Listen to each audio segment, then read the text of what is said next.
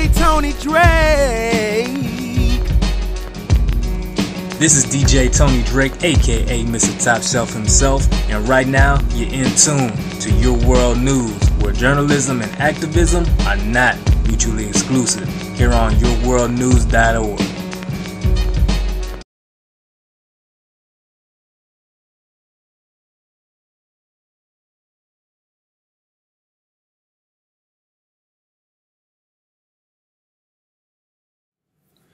Welcome to another edition of Critical Insight on Your World News Network. I'm your host, Solomon Kamjan, and today it's an honor and a pleasure to be welcomed again by Yejide Orunmila, who's been on the show before, talking about the work that she's done, with the African National Women's Organization and far beyond, and with other organizations that she's affiliated with.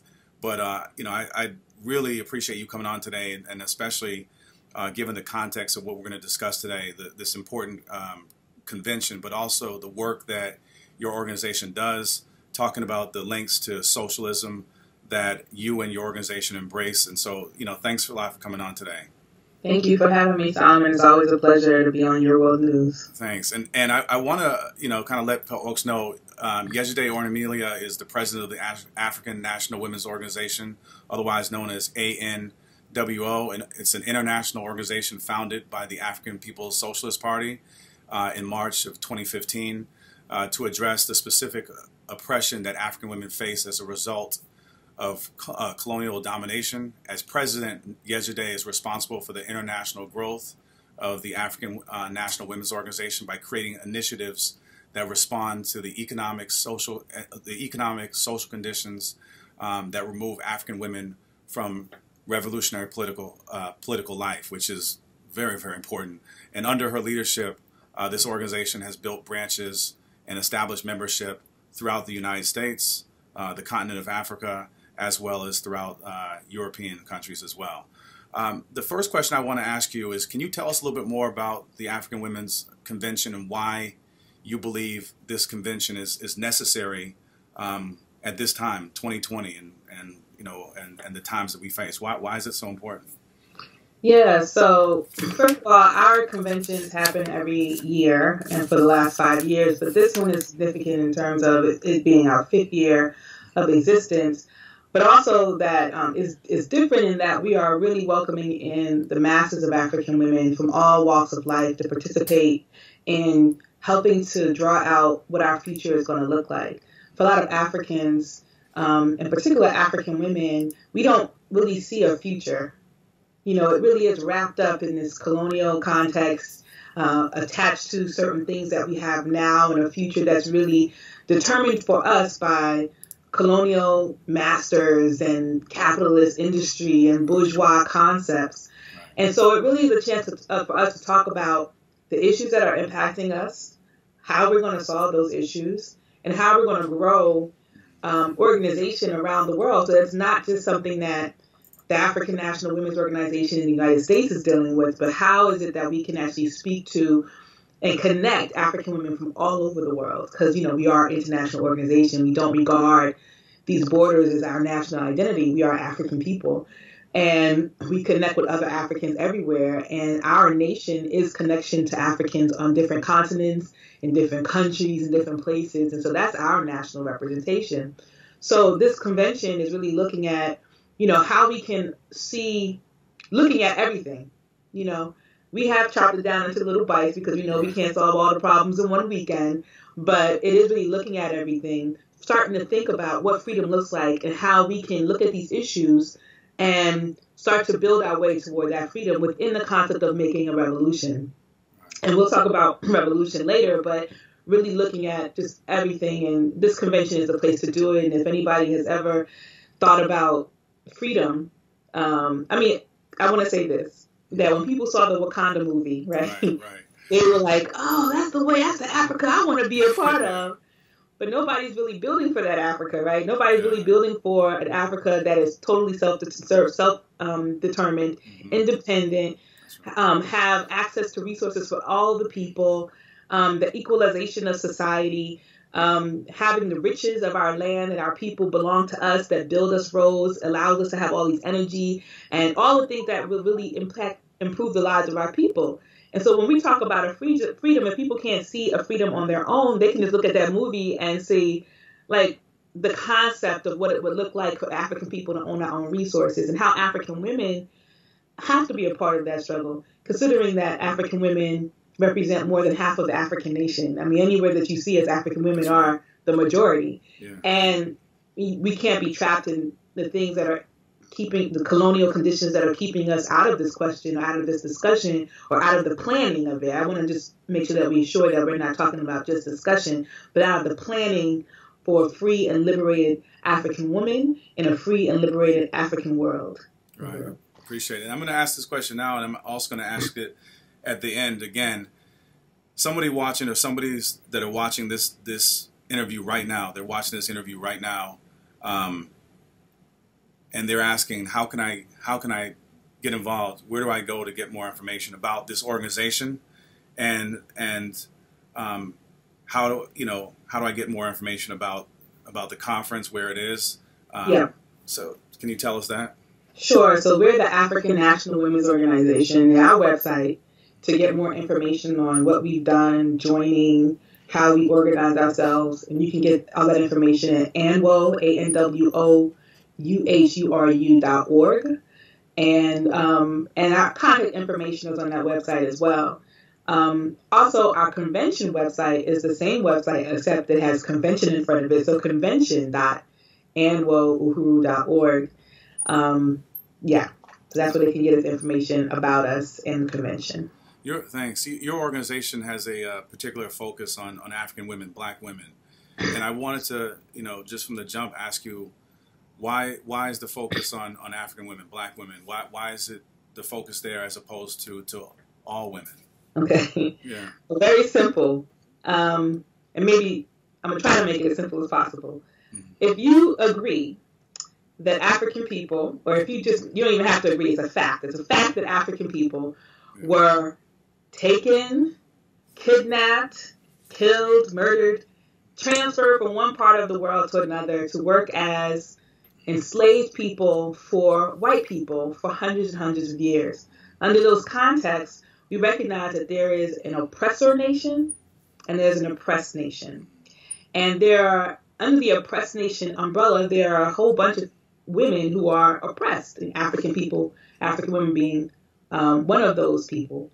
And so our recognition of dealing with African women only is the fact that we recognize it as colonized and oppressed African people, that we have nothing in common with white women in the oppressor nation, white women who right now experience their own contradictions within the structure of their, oppressive white nation society.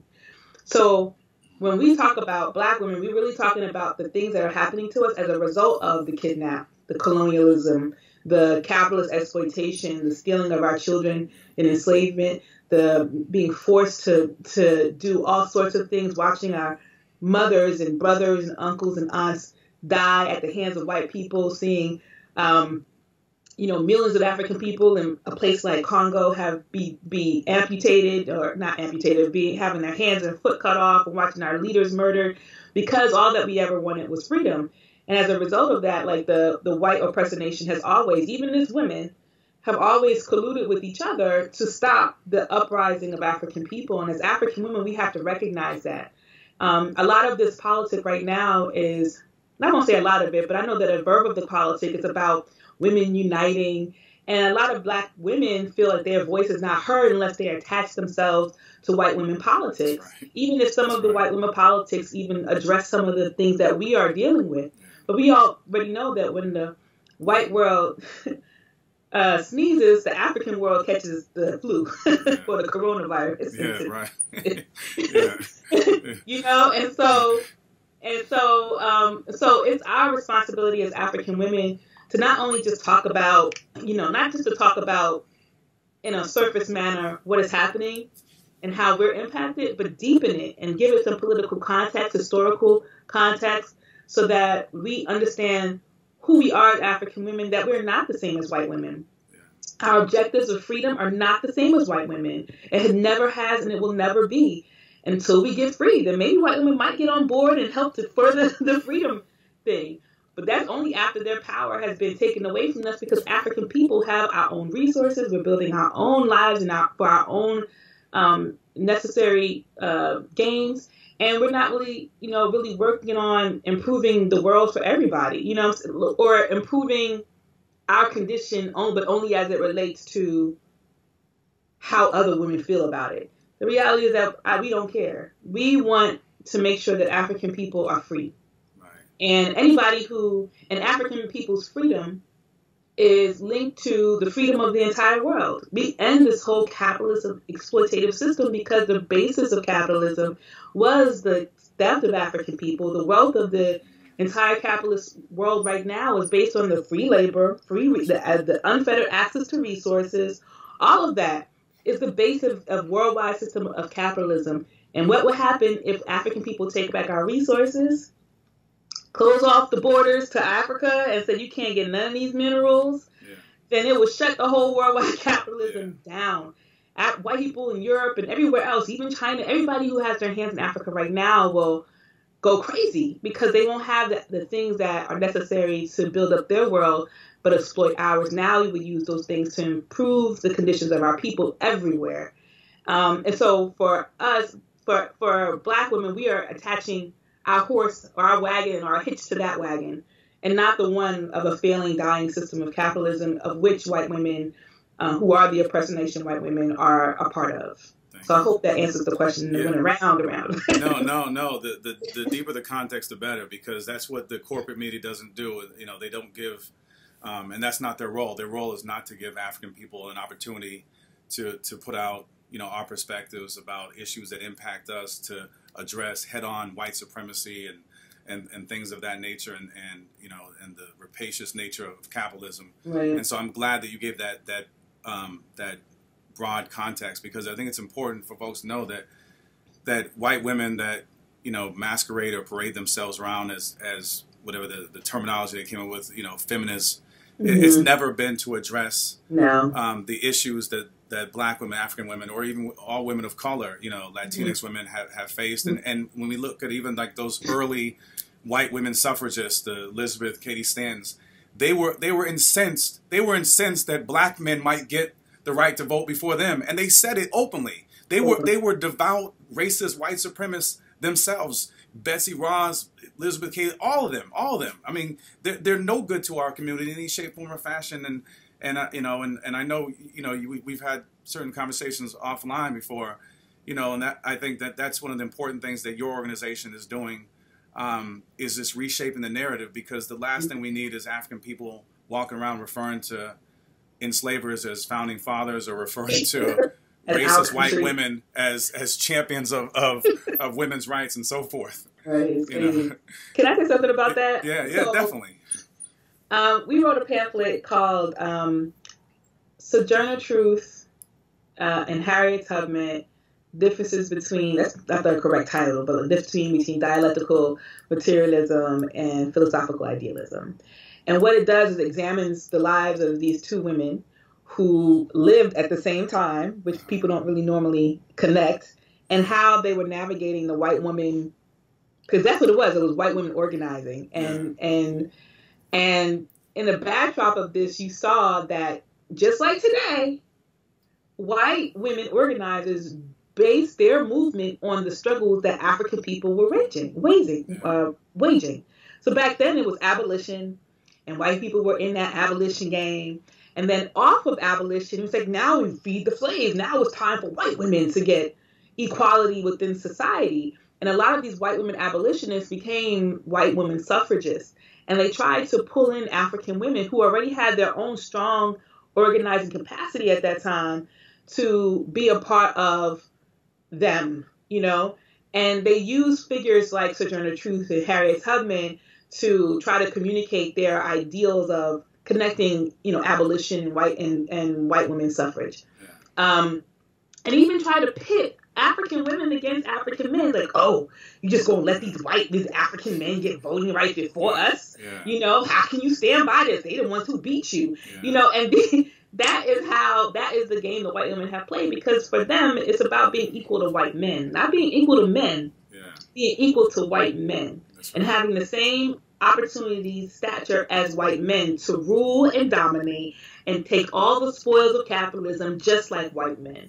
And so even when we're looking at today's society and white women making less than white men, it's important to note that white women make more than black men, make more than white women, black women make more than everybody else. So it's white men, white women, and then everybody else comes underneath that structure. So, you know, when we're talking about like even the wage gap, it's important to say that because, you know, people are tied up in this whole question of like women making less than men, but in fact, white women makes more than everybody else as well. So I just wanted to mention that as well. No, I appreciate that. There's an increased level of awareness around various issues that impact black women, and I wanted to know how your organization, African National Women's Organization, how does your organization hope to address these issues now and moving into the future? So now, like, part of our organizing is the recognition that capitalism is a lost thing. And in order for us to really gain freedom, that we have to incorporate, and within our organizing in poor and working class communities, as poor and working class African women, that our liberation cannot be realized within capitalism.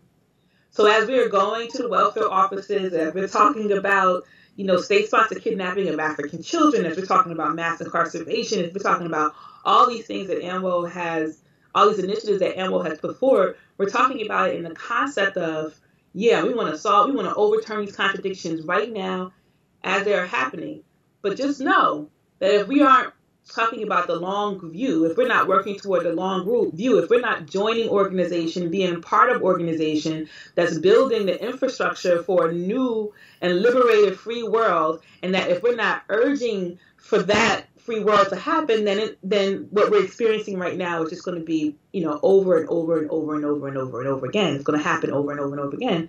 So our strategy is about political education first and foremost. Any woman that comes into our organization is entrenched in political education, either through studies or even by engaging in the work. Somebody who comes into our work, for example, who gets involved in the state-sponsored kidnapping work, may not have any idea about the statistics or what it means. And we always relate that piece to, like, you know, the kidnap of African children, the kidnap of African people, and that this country was founded on that very principle, and how black people are disproportionately taken from our house, just like black people are disproportionately represented on every single level of statistical research there is with regards to everything negative in this country. Black children make up more African children, more children are disproportionately represented in the state foster care systems everywhere. Black people are represented in jails. Black children are being pushed out of schools. Black mothers are overly criminalized. Black men are overly criminalized, shot by the police. All of these things are indicative of a system that is continuously using the black people, exploiting black people, harming black people. And our strategy, is, like I said before, is about making that political connection to everything that's happening to us. It's not happening in a bubble, but also now that we've made the political connection, how do we organize on the ground in the way that's best suited for us to try to solve these problems or create a dual and contending power structure that can contend with these contradictions that are happening in our community on the road to being a part of the African Revolution. Right on. On the website, it describes this convention that's coming up as a socialist event. Socialist and socialism is a term that the narrative in the United States created by the corporate media and disingenuous politicians that unfortunately, you know, far too many of us as African people watch the MSNBCs and the CNNs and the Fox Newses and the ABC, and so we pick up the narrative but socialism has been branded here as something that is akin to Satan or the devil. Mm-hmm. So could you talk to us about socialism and what does socialism have to do with African women, with Black women? And why is it branded that? Why do you guys embrace socialism? Yeah. First, I just want to say that the socialism that we're hearing about today, or democratic socialism, is not true socialism. Socialism is the complete overthrow of a state by the workers. So this socialism that people are talking about is not socialism at all. It is, democratic capitalism. I don't know what a term to identify it. It's not socialism. Socialism is not socialism unless you have the workers that are overthrowing the capitalist state and instituting a socialist society whereby the workers have control over the state. And the socialism that we're hearing about right now is not that. It's infusing ideas and practices that may be considered socialist within capitalism to make capitalism more palatable. At the same time, the capitalism is still doing all these things that exploit and destroy people around the world and also within this country. So socialism to us is about, obviously, the complete overthrow of this system and the recognition that African workers have to have control over our own resources and have control over the state so that we can fix all of the contradictions that have come as a result of capitalist colonialism. And what that means, and I want people to start thinking about this, because that means that our future is open to us. It's not closed. We can start thinking about what does it mean to actually be free, and what does it mean in our communities, in our governments, when workers have say over what is happening in our lives. What does the police look like? Yeah. Can we have, childcare in every single work facility so that we can ensure that the women are brought into full participation in making in industries that are going to transform our society? Yeah.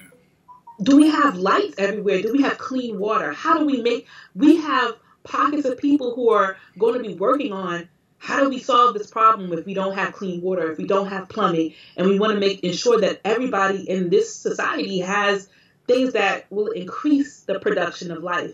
And that's what it means for us. It's about producing and reproducing our life, because capitalism has destroyed that capacity for us to produce and reproduce for ourselves. What we do is produce and reproduce for capitalism and capitalist industries. So that's why they don't care if Black people are in prison, or if our children get taken away, or if we get shot down in the street, because that's the destruction of our lives at their benefit. And for us, socialism is about making sure that we have the tools, the resources, the people to reproduce for ourselves and make sure that society is conducive to our life.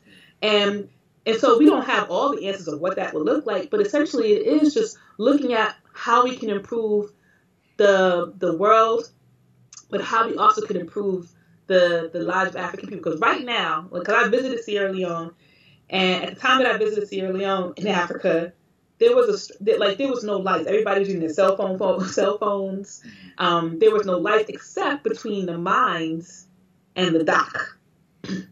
So the mines can dig up all the resources. The trains had electricity going toward the dock, gets on a ship, and leaves Africa. And so everywhere else was complete darkness. I don't even know how we landed, to be honest. I don't remember seeing any lights at the runway. And the fact is that when we look at a satellite picture of Africa, most of the continent is dark. It's improving every day, but most of the continent is dark. And even Europe was talking about stealing the sun that comes out of Africa and using it to power generators in Europe. And so, the reality is that the dams in Congo, the dams in Angola can power the entire African continent. The land base that we have can feed everybody in the world.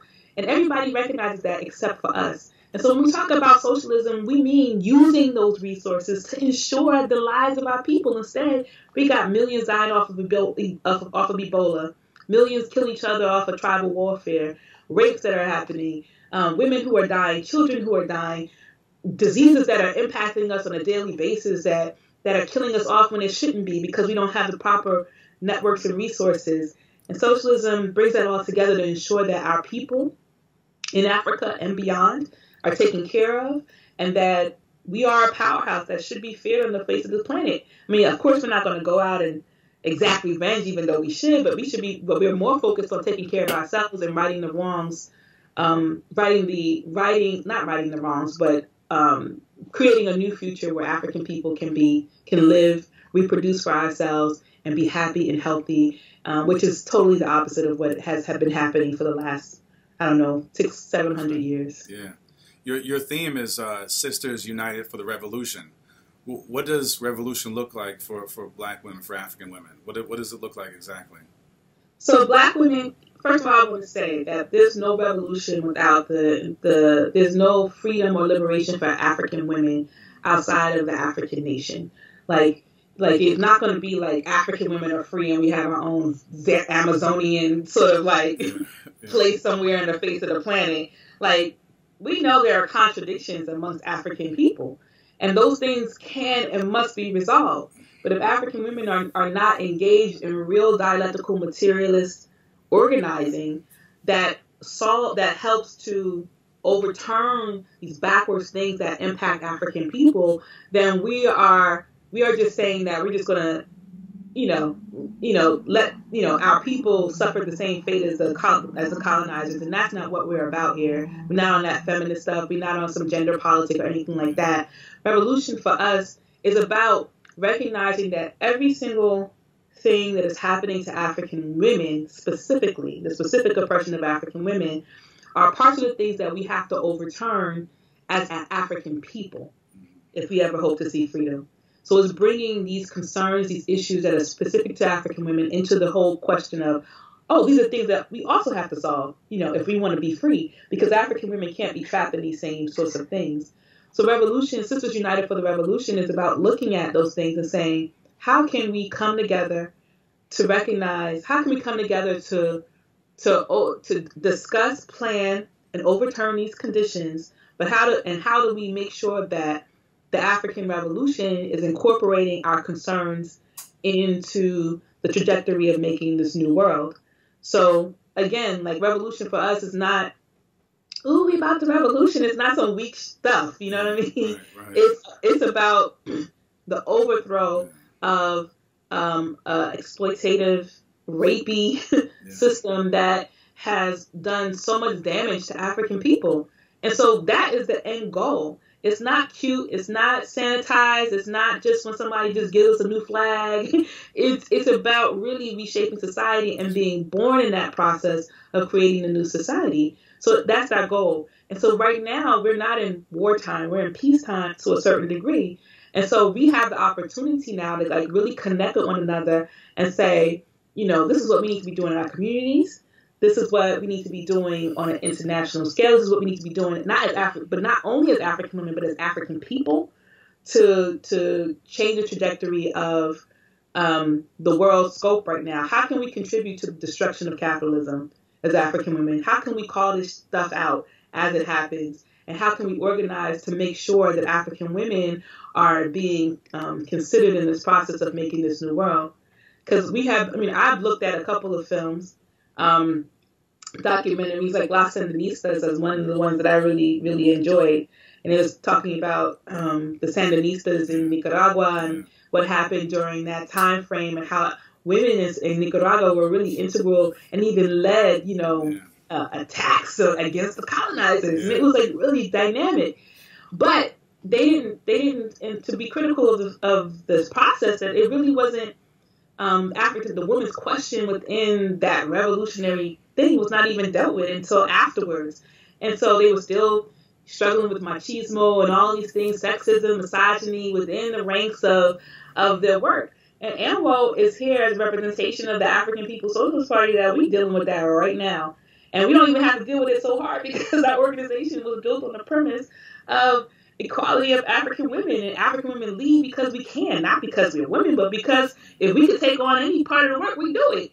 And so the revolution happens, it can't happen in some as an individual, it has to happen with an organization. And so for us, a key component of being united for the revolution is organization, being a part of organization, knowing what it means to struggle politically, principally, and knowing exactly who our enemies are. We're not each other's enemies, no matter how backwards that you are, unless you side with the enemy. Yeah. But we can struggle with each other. But our enemy is capitalism. Our enemy is colonialism, and we have to find a way that we can connect with each other, struggle around these issues and do whatever we can in whatever form to destroy the vestiges, destroy the tentacles of capitalist colonialism that continues to keep us in a place where we are not able to move forward. Thank you. About the upcoming convention, is only Black women can attend, or can Black men attend and others? Who can attend this convention exactly? So primarily, we want Black women to be there. That's our target audience. We want Black women to be there because we want to make sure that we are in the building, we are talking, we are organizing with one another.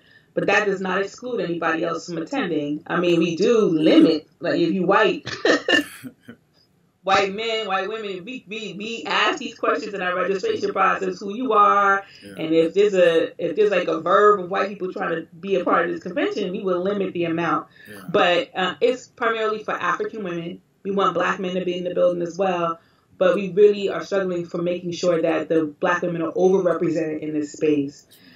We do not, and Black men can participate in the conversations and the question and answering. Any other woman from any other colonized nation can participate in this conference to see what we're doing. We can connect and build one another afterwards to see how we could connect our maybe even similar or issues. I mean, because we have our sister organization from Unión del Barrio who are coming. Their Mujer Committee is coming to represent, and I think that's really important. So it's not exclusionary totally, but we make it clear on our website. We make it clear in every opportunity that our target audience is African women, but no one is excluded unless you are like white people and you try to flood this place and like stop.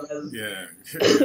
You're not going to colonize this convention at all. Like we'll let maybe one or two of y'all in. You have to have a principled damn stance. It can't be well, let me tell you what I know. No. Like it has to be that your work has to be representative of what you have done to ensure the leadership of African people and ensure the leadership of African women in particular.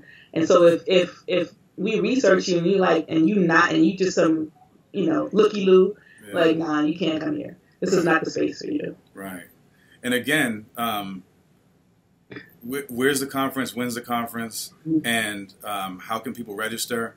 And then lastly, since it's YouTube and someone may watch this interview in 2021, mm-hmm. how can they get involved in the organization? African National Women's Organization. How can they become members and build with y'all?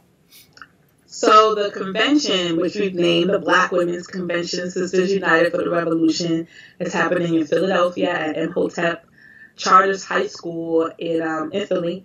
I don't have the exact location in front of me, but if you go to our website, which is convention.anwouhuru.org, I'll spell part of that out for you. So it's convention.anwouhuru.org.